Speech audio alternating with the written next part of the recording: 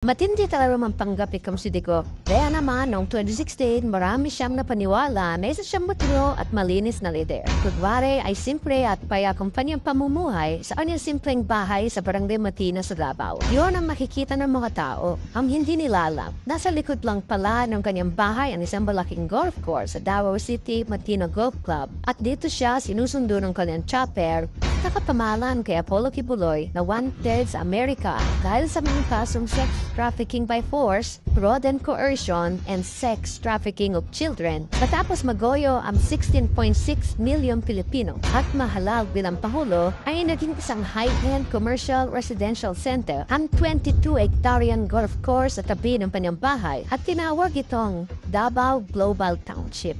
At sino ba ang sa likod ng Davao Global Township? Ito ay walang iba kundi ang kanyang businessman crony na si Fred Yuson. At tabi naman nito ang isa pang residential complex na The Matina Enclaves na pag-aari naman ang isa pang Duterte crony na si Glenn Escandor. Si Escandor ay business partner ni Paulo Duterte sa smuggling ng mga babae, sasakyan, upay-gikay, bigas, sukal at pagdidroga.